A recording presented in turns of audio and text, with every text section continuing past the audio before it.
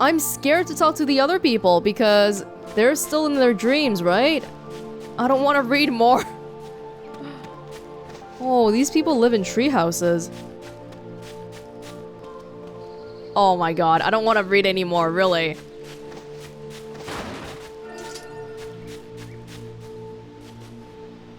Oh, they're all covered up. What about you? You're pretty normal. Is this it?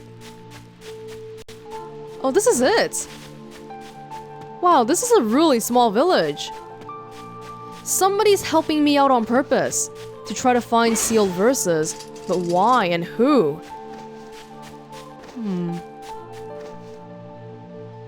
And another victim. This work is certainly trying. What about this one? This must be another person infected by the Deathdream. It would appear that way, yes. Alright. Gods, please don't tell me we have to go back in there. I'm no good at this mind game crap. I'd rather hit something in the face and be done with it. Perhaps you should spend less time complaining and more time getting on with the mission. Yeah. You know, it's really confusing me that Vice and Welonz are roughly... Like, if I just glance at the word, it kind of looks roughly the same, too. I breathe air, scented with death, and resist the urge to laugh, for I know it will sound like the words of a madman. How long have I been in this fresh hell?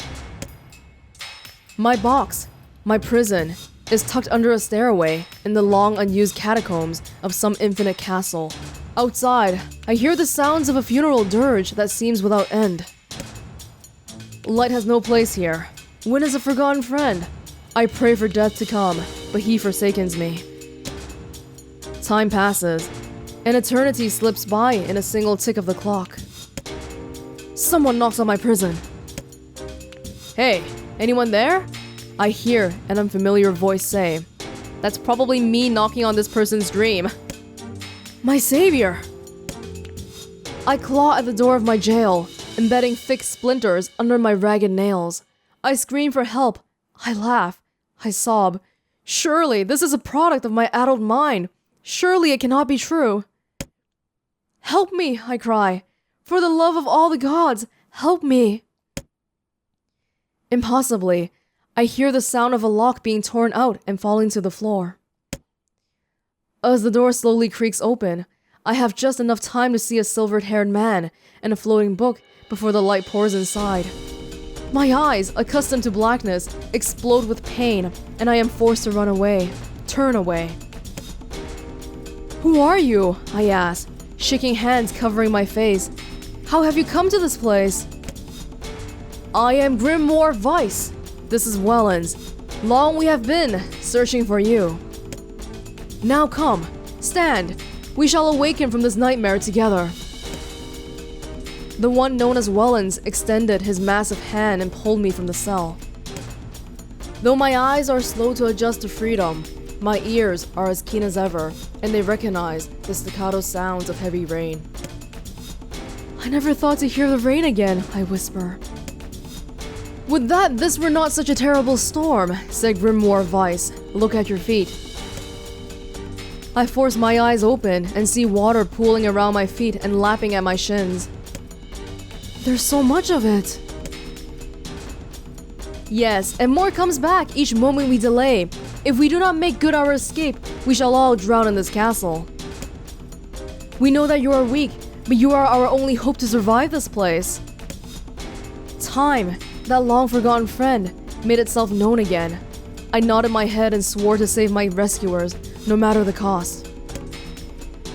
The castle catacombs are a maze, twisting upon themselves like the endless entrails of a giant.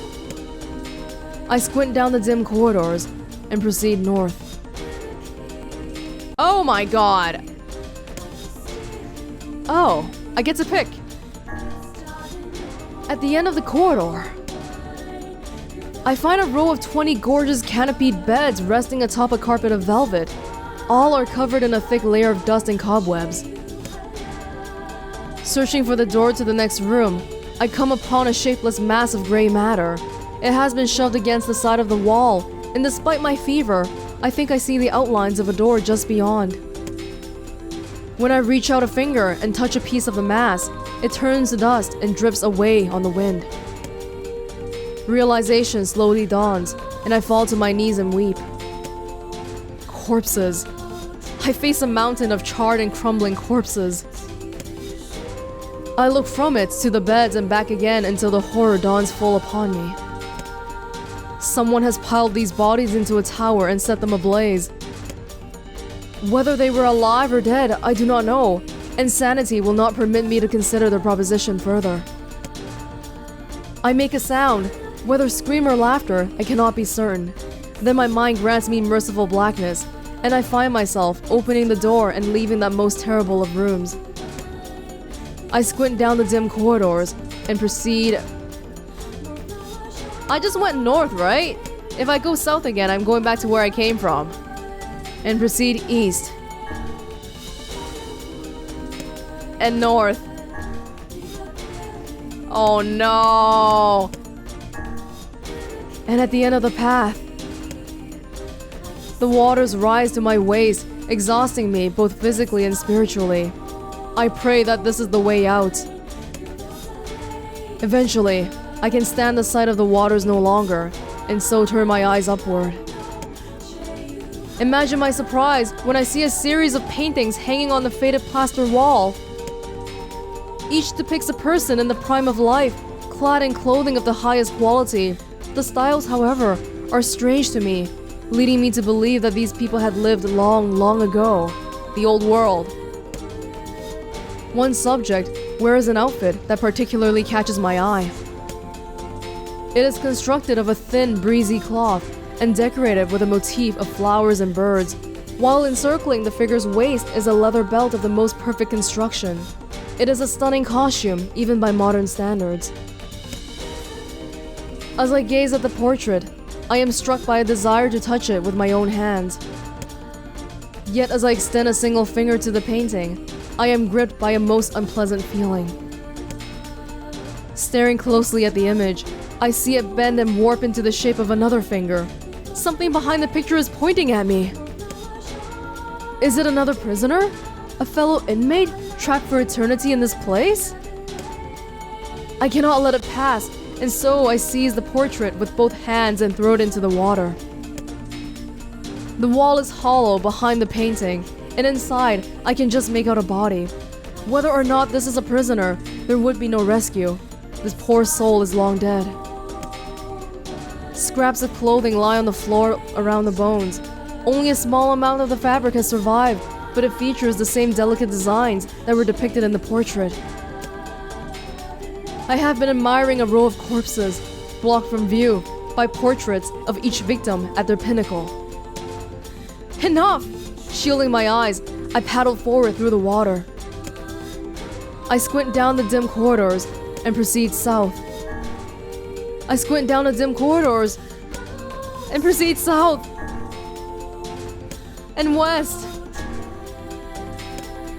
and south.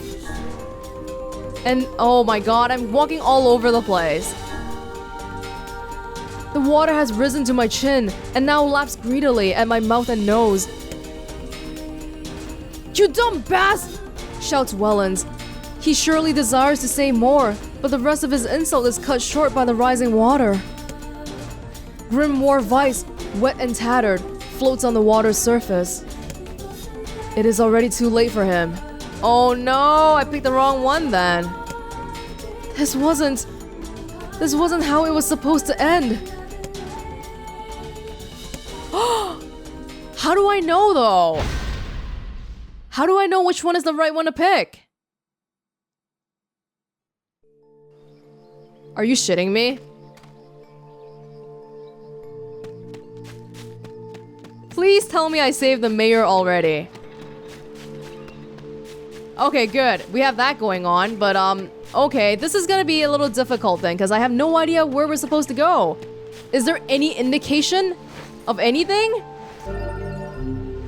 Well, the first way we were going was right? Because we went to the right thing and we got more dialogue and stuff. Oh my lord. I guess we'll try again. Hey, I picked a different combination for the first time we got to pick now, and we're in a different place. I find myself in a great hall, with only the sounds of rain for comfort. The waterlogged red carpet squishes beneath my feet as I approach the center of the room. Once there, I behold a beautiful dining table, upon which rests china and silver of the finest construction, as well as the remains of a fantastic feast. As my eyes continue to adjust, I see many chairs surrounding the table, each holding a dinner guest. Noticing movement, I approach the chair at the table's head, but as the truth of the matter dawns upon me, I recoil in horror. The host of the feast is a corpse, and as are all the invited guests. An army of foul, wriggling insects have made homes in their remains, and this is the movement I saw. This once splendid feast was now nothing more than a requiem for the damned. I take a moment to steady my shaking hands, then slowly back away from the table. Desperate to lose sight of the abomination before me, my gaze lands on the chairs upon which the dead were seated. This is a mistake, for the chairs prove to be even more terrible than the feast itself. Each one is covered in a layer of spikes that run from the seat, up the back, and down the arms. This explains the color of the carpet beneath my feet. I can only pray that the unfortunate diners were dead when the meal began. For if not, it is a simple task to envision the agonized screams that must have sprung forth from their mouths. My mind grasps frantically at the possibility that these souls have committed some terrible crime for which this was punishment. Though in truth, I suspect they had committed no crime at all. There would be no tomorrow for these unfortunates. This was their last supper. Oh my god, I don't even know which way we're going is right anymore. West. Not east, west! At the end of the path, a row of heavy wooden casks lie on their sides in a dark chamber. Doubtless, they are filled with wine. My thirst roars to life. I cannot remember the last time my parched throat had relief. If you don't get out of here, you're gonna drown and your throat isn't gonna be parched anymore. Mine is parched though. I scramble to the first cask and pull frantically at the cork. The theft of a few cups means nothing, I tell myself. The casks will be ruined by the flood regardless. Finally, the cork surrenders to my attack, and the thick red liquid bursts forth from the hole. This is no wine. It is blood still warm in my body. Whether animal or something else, I cannot say. The foul liquid soon mixes with the rising floodwaters, creating a warmth that laps against my thighs. By all the gods! Are the rest of these casks filled with blood as well? I lack the courage to confirm my suspicion. Disgust quickly becomes fear as I turn to flee, but my weakened legs betray me, sending me toppling over into the red ocean below. The smell of death is everywhere. It threatens to consume me. I must escape this hell. Holding back screams lest any foulness enter my mouth, I lurch forward through the red waters and out of the room to freedom. Oh my god. The only thing I know how to do is not go back the way I came from.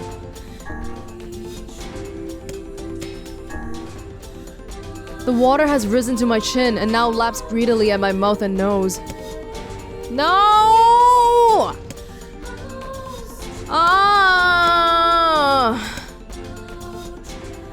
How do I get out of this one? North. Against all hope, we make it to the front door. Break it down, someone cries, and so I give myself to the effort. In tandem with Welonz and Grimoire Vice, I slam my body against the thick, sturdy door. On the third try, it gives way, and we find ourselves sprawled out in front of the castle. The storm is in retreat. The clouds above are still dark and foreboding, but to the west, I can see a thin shimmer of sunlight trying to break through. How can I thank you? I cry as tears join the rain on my cheeks. I would surely have died in there. Looking down, I suddenly notice that my dress is in tatters and sheepishly try to cover my exposed skin. Your dress? Asked Vice. Then you are a woman, madame? Yes, I am. Shit, I've been giving him a deep voice. I proffer the two a smile. I suppose that comes as something as a surprise, seeing as how I only exist in the form of words. I can see that the one known as Welonz is disappointed that the torn dress will be given no further description. But he hides it well. With a nod and a shrug, the three of us set forth to our awakening. But behind us, an awakening of another kind is taking place. Black smoke fills the abandoned castle, providing the countless damned souls inside with their final shroud. After a moment, the castle's windows shatter with a mighty roar. A fresh breeze blows through the hallways and corridors, clearing the smoke away for good. As we watch in awe, uncountable black shadows slowly flicker to life, crossing to and fro in front of the broken windows. The castle's dead have awakened to their new life. As shades. Corpses. Was that just a dream, or can I take it to mean that shades are people? You have anything to say about that? Hopefully there will be no labyrinth next time. I hear you. I have no idea what I did differently that time, but we're out now, so fuck it. Whatever. Man, oh my god, my throat. Have some mercy on me, please. We still got one more. Shit. Oh my god. Okay. Well, hopefully this one won't be a labyrinth. No riddles either. Okay. And another victim. This work is certainly trying. Is this required? Well, if it's not required, it's still kind of interesting, so I still want to see it. I'm surprised, Vice. You're a book. All this word stuff should be right up your alley. Yes, quite well enough chatter lets me off. A colony of massive sculptures was visible in the distance, their tall forms scraping against the sky. Vice and Welonz had never seen such a sight, and their eyes widened as they tried to take it in. Hey, Vice. We keep walking, but those things don't get any closer. I don't get it. Are they really that big? As Vice considered his answer, the sun beat down on them with renewed ferocity. Perhaps they are some manner of mirage, he said. Under this heat, a mirage or two would hardly be an unexpected sight. Welonz nodded and wiped the sweat off his brow, leaving a trail of sand in its place. He thought he'd never been so thirsty. The ancient road on which they walked was black and cracked with age. Here and there, thin wisps of grass pushed up through the rocky surface, as if defying those who had laid this material down on their home. The heat reflecting from the road made Welonz lightheaded. Suddenly, he dropped to his knees and slammed his hand against the black surface. God damn it, he said. Is this some kind of joke? Well, I'm not laughing. The complaining had already begun. Oh, it's begun a long time ago already. Vice tried not to let his eyes roll too much. A joke, he said? No, no joke. This road leads to the city of art. Perhaps the path itself is simply some manner of grand artistic work. Oh, come on. That's bullshit and you know it. Possibly, but thinking of it in this way might make it easier for you to bear. Welonz glanced at Vice's grinning face, cursed silently to himself, and resumed walking. As time passed, Welonz's feet grew more painful, and his throat drier than he thought possible. You are just messing with me here, because you know that's exactly what my throat is like right now. He tried to not look further than the next step ahead, because the bright sunlight made him hesitant to trust his own senses. We are definitely getting closer, said Vice, in an effort to cheer his companion. Yes, this much is certain. Encouraged, Welonz lifted his gaze. Suddenly, he stopped walking, choosing instead to stand in the middle of the road with his mouth and eyes wide open, and his finger pointing in the distance. Water! He cried. It's water! Water? Asked Vice. Preposterous. I don't see any water. It's right there, idiot! Can't you see it? Look, the sun is reflecting off it. Without waiting for a response, Welonz sprang to life and bounded toward the sight. What in the... There was no water. There was nothing but sand in every direction. Welonz closed his eyes and sighed as Vice floated up behind him, chuckling softly. I believe this is known as a mirage, he said. Many a desert traveler has spoken of such things. Welonz shook his head, bewildered. Suddenly, he pointed off in the distance, his eyes wide once more. Wait, there it is! I just missed it! Look, it's right there! Welonz sprinted off again, leaving Vice with no choice but to follow. After a few minutes of running, Welonz came to a halt. I could have sworn it was right around here. Confused, he put his hands up to his eyes and rubbed them vigorously.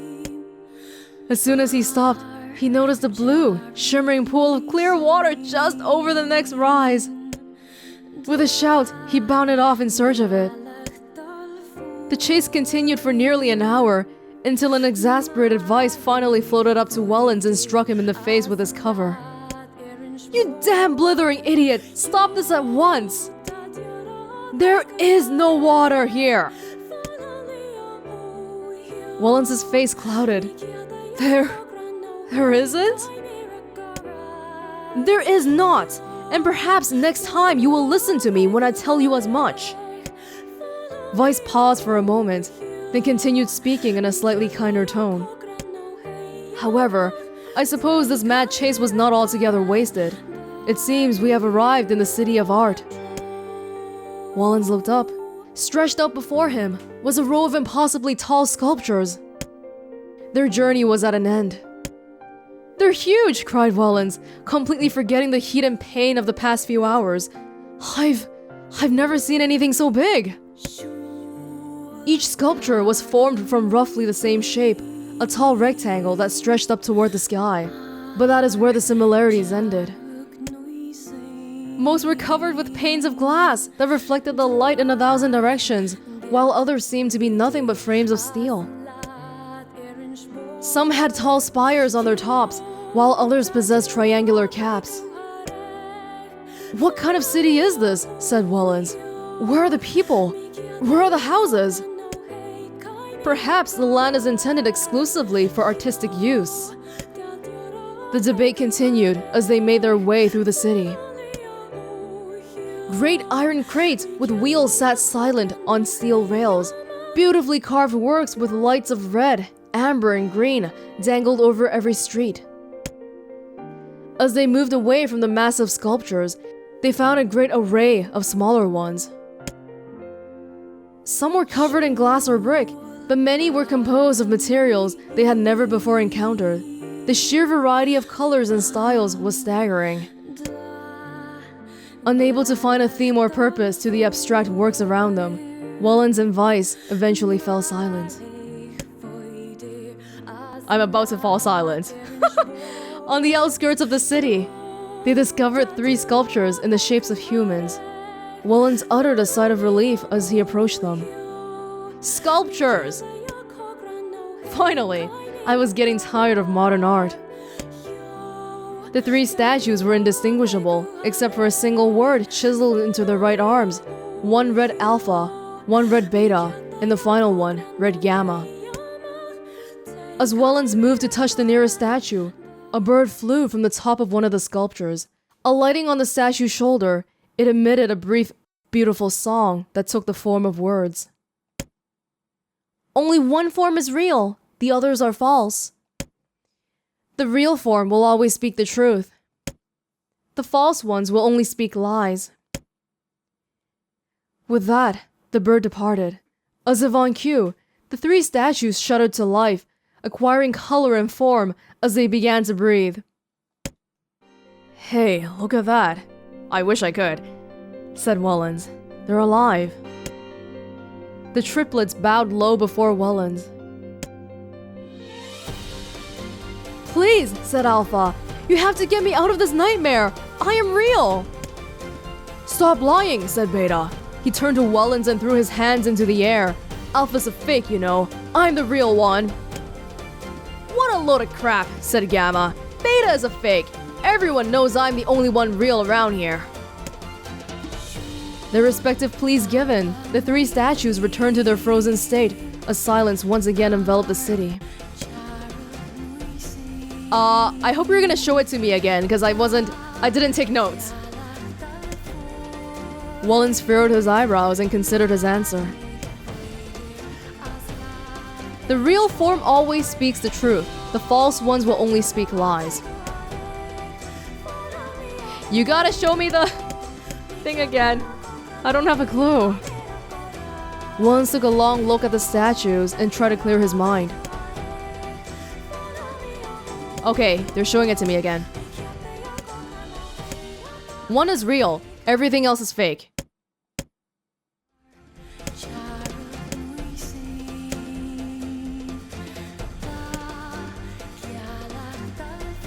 Please, said Alpha, you have to get me out of this nightmare. I am real. So we have to find somebody who's contradicting then. Okay, let's assume that Alpha is real. And he's saying the truth here. Please, you have to get me out of this nightmare. I am real. Stop lying, says Beta. So if we think that Alpha is the one telling the truth, then everything Beta says is fake. Okay, there's no contradictions there, I think. What a load of crap, says Gamma. Beta is a fake. Oh, but... Okay, Alpha can't be the real one because Gamma says that Beta is a fake. And if we think that Alpha is the real one, then Beta is actually a fake, so... It can't be Alpha. If Beta is the real one, then Alpha and Gamma are fake. Does that make sense? I don't see any contradictions. If we think that Gamma is real, then Alpha and Beta are fake. But Beta says that Alpha is a fake, which would be the truth. So Gamma can't be the real one. Okay, Beta is the real one. Alright, cool. The real one is Beta. The Welonz's voice betrayed a notable lack of confidence. He was relieved to see Vice nodding at him. If Alpha were telling the truth, began Vice in the dry tones of a lecturer, Beta and Gamma would be fakes. But in that case, Gamma's claim that Beta is fake would be the truth, even though Gamma is a liar. Therefore, that theory crumbles. Yes, I get it. Yes, okay.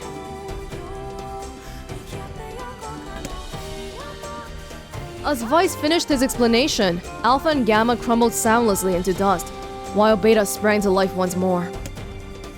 Congratulations, villager, Vice said in a cheerful voice. The time to awaken has arrived. Thank you for saving me, cried the villager. He dropped to his knees and bowed his head, as low as it could go before an uncomfortable Welonz pulled him to his feet. Why did you have a dream like this? Asked Vice. Have you been to the city before? The villager slowly looked around at the bizarre objects and sculptures that dotted the landscape, then shook his head. I don't think so. I mean, it's impossible, right? There's no way I could have ever been to a place like this.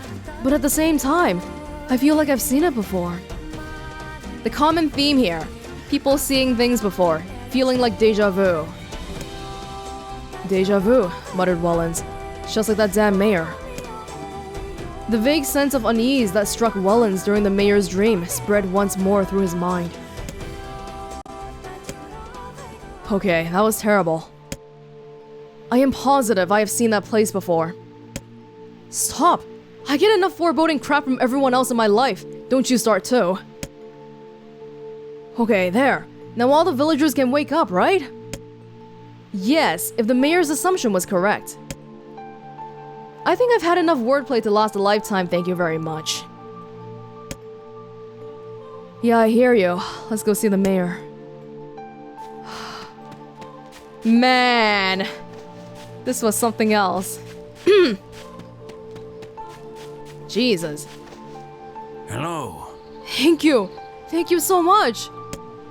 Here, I have something for you. Faith. Holy crap. I can really have this? Of course. It's apparently a weapon of some renown, but we have little use for it. Well, we appreciate it. Thank you again for everything. And that's it. I am so glad your town only has 3 people. I simply cannot bear another one of these infernal conversations. Let us save it for another time. Dad! Not yet. Okay, not yet. Let me like save and all that good stuff first. I haven't even really used this weapon yet, and now we got a new one. Where do we switch weapons? Vice? Weapons? Faith. Whoa, that's a lot stronger. Attack power. A sword carried by the world's most loyal servant. Like that loyalty. The sword's blade is straight and true.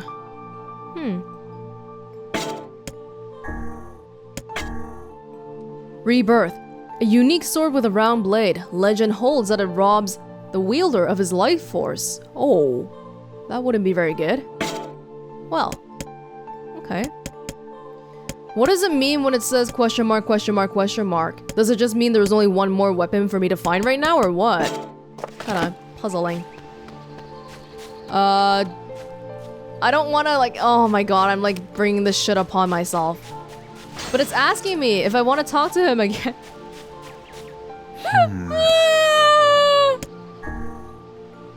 Fuck! Is it alright if I let you read this yourself? I'm gonna go slow, okay? So let's read this in our heads together, because I can't handle this anymore.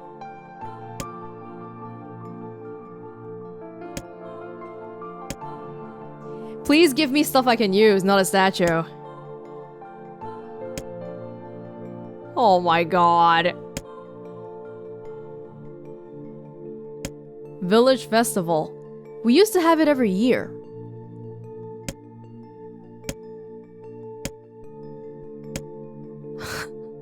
The festival of the 3 days. I didn't ask about the festival, but okay. Why are we back again? I thought we already defeated the disease. Why is it like this again?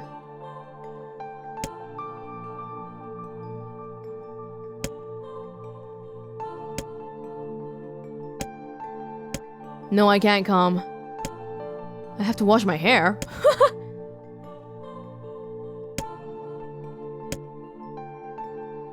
How much longer must we bear the insufferable flapping of this fool's gums? Vice whispered to Welonz.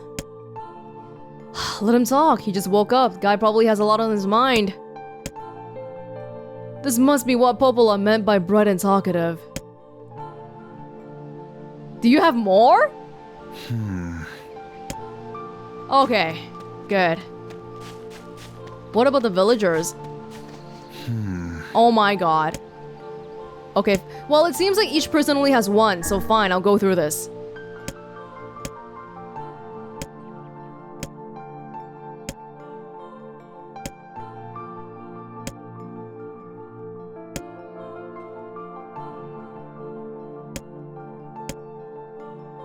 Oh, the interesting information that we learned from this one is that shades seem to come from corpses. Does that mean shades were people previously? That would kind of explain why we hear them chanting stuff.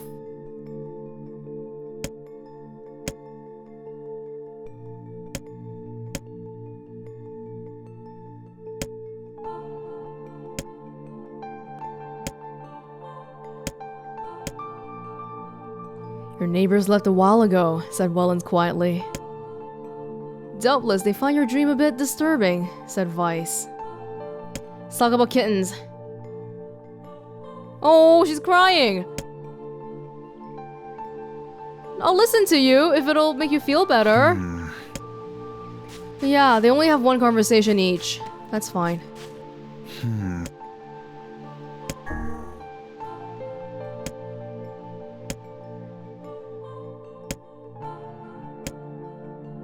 Something is really, really ominous here. Why is it still like this?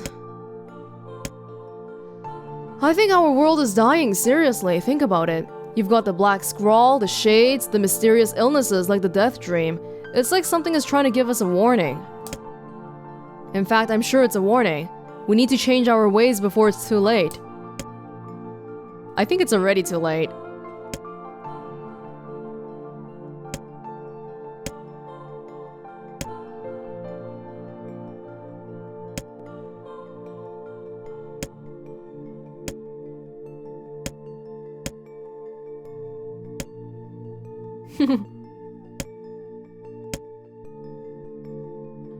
Welonz and Weiss left before the villager could hand them a copy of his pamphlet, 10 Simple Ways to Save the World. I suppose he is what they call an armchair general. Hey, we got plenty of those on YouTube. I'm just kidding, I love you. Alright, I think it's time for us to leave the words behind for now and move on to something else, at least for the time being, because I'm about to go insane. Kaine is so fortunate she didn't have to suffer through that. Can I rant to her about this? Oh my god. So how was the village? Oh, it was truly magnificent. There are no words, really. Huh, neat. Let's go back to Popola. She'll probably want to know what's going on in there. There were truly no words for that. That's a great way to put it, Weiss.